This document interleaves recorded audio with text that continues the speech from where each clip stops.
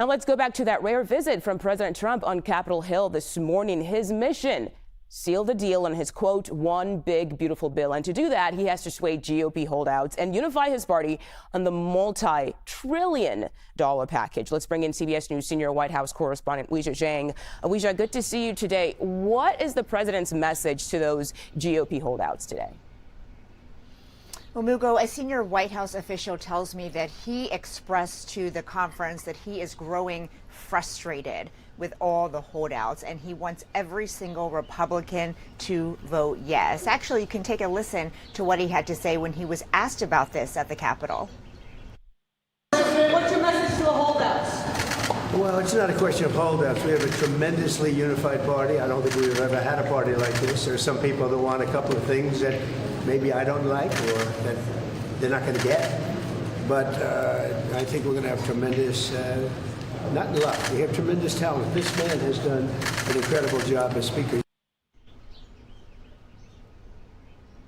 So publicly, the president doesn't want to acknowledge that there is a division within the party, at least within the House, on how to vote on this. But privately, we know that he is really urging these lawmakers to find a solution because, again, he wants this bill to pass. He was also asked whether Republicans who do not vote for this bill should be primaried, should face a contest during the primary election, and he said possibly. And that is a warning to those lawmakers that there could be consequences if they don't support this bill. So, Weijia, how is the White House responding to criticism that this bill, the one the president's pushing so hard on, would add $3.3 trillion to U.S. debt over the next decade? So that figure is coming from the nonpartisan Committee for a Responsible Federal Budget. But the White House says they are crunching numbers of their own. And the Council of Economic Advisors, which is made up of White House economists, say that actually it will shrink the deficit by $1.6 trillion.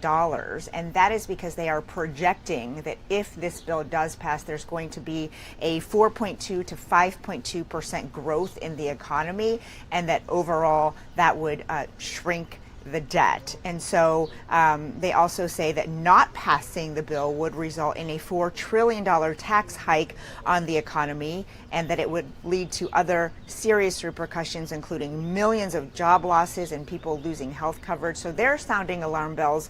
We'll have to take a closer look at the math, Mugo, and we're still waiting from a key number from the Congressional Budget Office to weigh in as well. Okay. Weijia, I want to switch to another topic and ask you about breaking news from just yesterday. The president held a phone call with Russian President Vladimir Putin for over 2 hours. Bring us up to speed on what came out of that. This was a very long phone call between these two leaders, and the president also spoke with Ukrainian President Volodymyr Zelensky once beforehand and once afterward, along with other world leaders. And basically, there was no big breakthrough.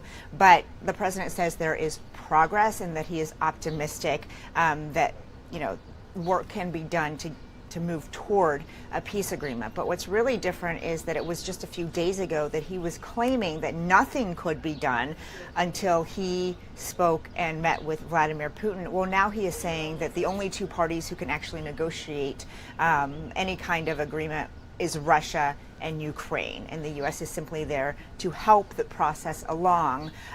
So that's quite different from saying that it's up to Trump and Putin to find a solution here. But these two sides, Mugo, are still incredibly far apart, so it's hard to see what the off-ramp will actually be, but the conversations are ongoing. Okay. CBS News senior White House correspondent Weijia Jiang, thank you so much for your time today.